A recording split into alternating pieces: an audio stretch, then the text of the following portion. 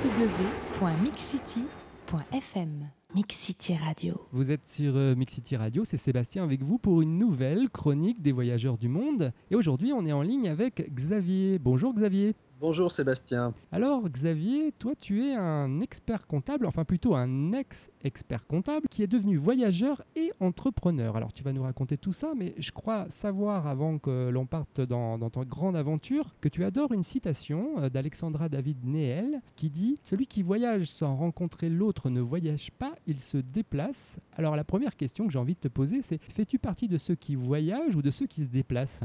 Ma notion du voyage, ma vision du voyage, c'est avant tout justement pouvoir rencontrer l'autre. Ça a été un apprentissage assez long, puisque comme beaucoup de voyageurs, j'ai commencé par faire ce qu'on appelle du tourisme, et j'en fais encore, hein, il n'y a rien de péjoratif là-dessous. Mais peu à peu, en fait, au fil des voyages, j'ai découvert une autre dimension qui est de rester plus longtemps dans un endroit et de me fondre dans la population, de m'immerger et pour pouvoir la rencontrer. Tu étais donc expert comptable et puis un jour tu as tout quitté. Alors qu'est-ce qui s'est passé ? Et je me rappelle, c'était en mars 2003. Et alors c'est comme un flash en fait qui m'est venu très très rapidement. Et en 2 heures de temps, j'avais décidé de partir faire le tour du monde. J'avais dressé ma liste de pays. Entre le moment où j'ai eu cette idée et le moment où j'ai réalisé ce tour du monde, il s'est écoulé à peu près 6 mois. Quand même 2 heures pour définir toutes les destinations où tu es allé. Tu es le premier, je crois, voyageur que j'interviewe qui a été aussi vite en besogne. Comment justement se sont faits ces choix ? Est-ce que c'était des destinations que tu connaissais déjà ou des choses nouvelles à découvrir ? Je n'en connaissais aucune, mais c'était des destinations qui, même depuis l'enfance, éveillaient le désir, l'envie, le lointain, l'inconnu. Ce que j'ai cru lire quelque part, justement sur Internet, c'est que ta deuxième maison, c'était l'Amérique du Sud. Ça a été une découverte pour toi, l'Amérique du Sud ? Ça a été une révélation, en fait. Et finalement, j'ai eu un coup de cœur pour l'Argentine. Avant tout. J'ai vraiment une histoire d'ailleurs avec ce pays parce que j'y suis retourné 4 fois depuis. Est-ce que tu as des anecdotes de voyage par rapport à des rencontres que tu as faites ? Je me baladais seul dans un petit village sur la côte est du Groenland. Et là, j'ai rencontré 2 Inuits, donc 2 habitants du village de Kulusu qui m'ont invité chez eux. Et c'est assez rare de se faire inviter en fait par des Inuits. Et c'était quelque chose de très émouvant parce que pour commencer un tour du monde, c'est quand même un choc. Et 5 ans plus tard, je suis retourné au Groenland et j'ai voulu les revoir. Et je leur ai raconté mon histoire donc à ces habitants en leur disant voilà, il y a 5 ans, j'ai rencontré un couple qui s'appelle Enoch et Kuko dans le village. Et il s'avère que bingo, c'était des cousins des habitants qui m'hébergeaient. Et puis finalement, je suis sorti de la maison et je suis tombé quasiment nez à nez avec Enoch et Kuko. Là, ça a été vraiment quelque chose de très fort et on s'est reconnus tout de suite. On ne savait pas trop quoi dire et en même temps, on avait les larmes aux yeux de se revoir. Dis-moi, quand on voyage, comme tu l'as fait par la suite, j'imagine qu'il y a des moments de galère aussi. Est-ce que tu as eu un moment de galère dont tu te souviens particulièrement ? Si, au Chili. En fait, j'avais fait un voyage en Bolivie et je me suis dit je vais passer du côté chilien. Donc je suis arrivé dans un petit village qui s'appelle Putré où j'ai séjourné plusieurs jours. Quelques jours plus tard, quand il s'agissait de retourner à La Paz, je me suis dit plutôt que d'emprunter la longue route pour retrouver le bus, je vais repasser par le même canyon. La seule différence, c'est qu'il n'y avait plus d'empreinte de pas. Et donc j'étais complètement paumé avec un gros sac à dos derrière, un petit sac à dos devant. Problème, c'est que le bus, il y en avait qu'un ce jour-là et que le prochain passait dans 3 jours. Problème encore, c'est que j'avais mon avion de retour à La Paz le lendemain. Donc j'ai rebroussé chemin et c'était un dimanche. Et le dimanche, à Putré, on n'ouvre pas sa porte, on sort pas sa voiture. Et finalement, j'ai trouvé les carabineros, donc les gendarmes locaux. Ouais. Et là, je leur ai expliqué, alors j'ai fait un petit peu de cinéma quand même pour rendre la chose plus crédible. Donc, ils m'ont demandé de monter. Sauf que moi, je suis monté en fait côté prisonnier. Donc, j'étais dans un fourgon à salade. Et quand je leur demandais de temps en temps, est-ce que vous croyez qu'on va vraiment l'avoir ce bus ? Parce que je les voyais peiner en plus avec leur véhicule.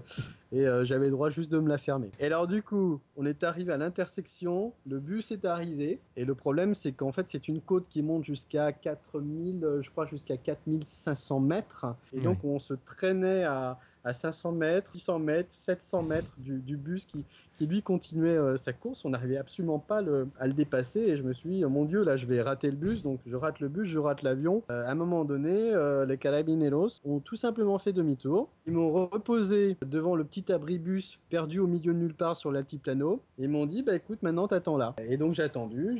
Alors bien sûr j'étais tout seul et je me suis dit, bon bah là c'est mort, je vais peut-être revenir au village. Et au bout d'un moment, je vois une ombre se profiler et c'était le bus qui n'existait pas, à savoir qui n'était répertorié sur aucune liste d'horaires.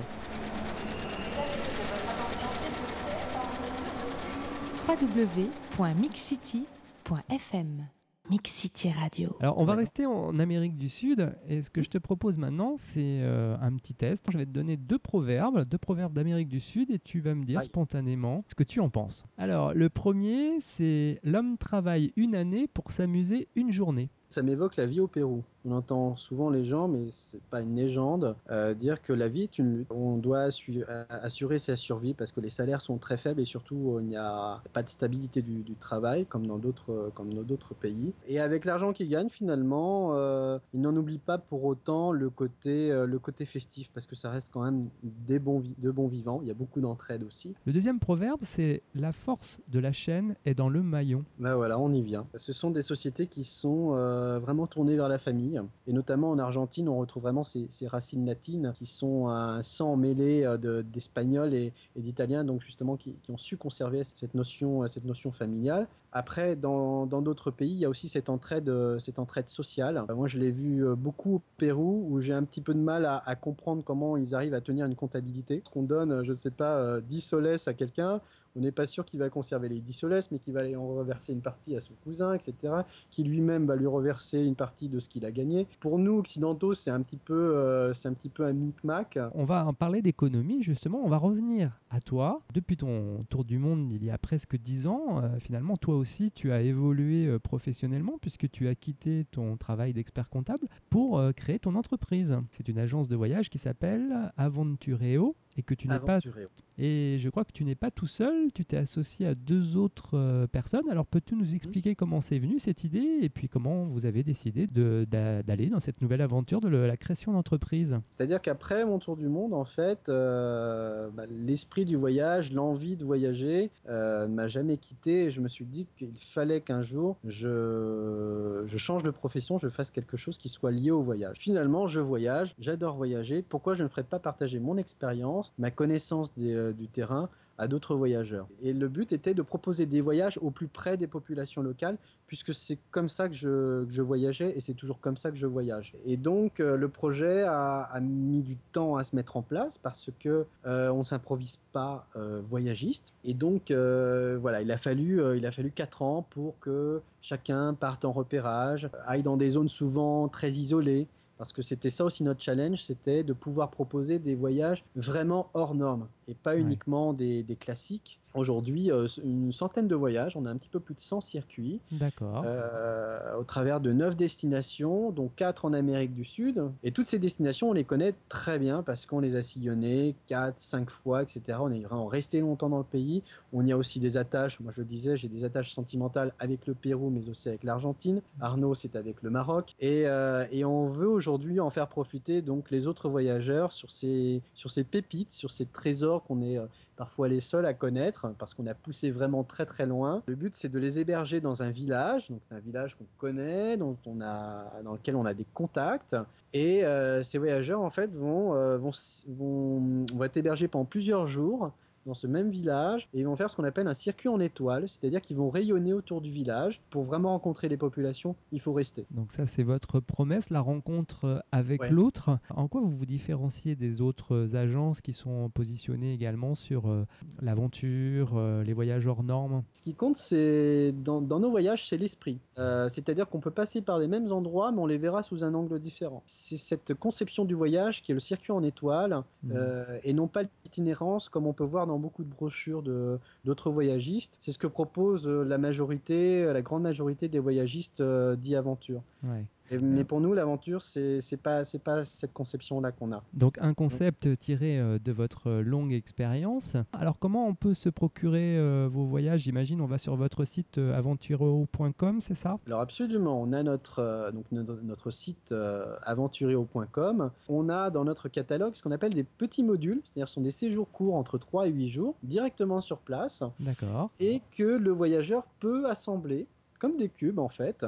Il construit en fait son voyage grâce à notre créateur de circuit. Mhm. Et la cerise sur le gâteau, c'est que plus vous êtes nombreux à participer à un voyage, et ben moins c'est cher. Un côté interactif, un côté dégressif pour le prix. Donc, dernière question, est-ce que tu as toi-même, personnellement, des nouveaux projets de voyage? Je prévois alors soit de repartir au Pérou, parce que ma compagne se trouve sur place, Ouais. soit de partir en Colombie, en Équateur ou en Équateur pour un repérage, toujours avec ma compagne. En tout cas, Xavier, je te remercie beaucoup de nous avoir présenté et ton activité présente et tes différents voyages passés, et surtout les anecdotes croustillantes que tu nous as racontées avec des très très beaux souvenirs. Merci beaucoup, Xavier. Merci Sébastien. Et je vous rappelle que vous pouvez retrouver l'interview de Xavier et celle des autres voyageurs du monde en vous connectant sur www.mixcity.fm.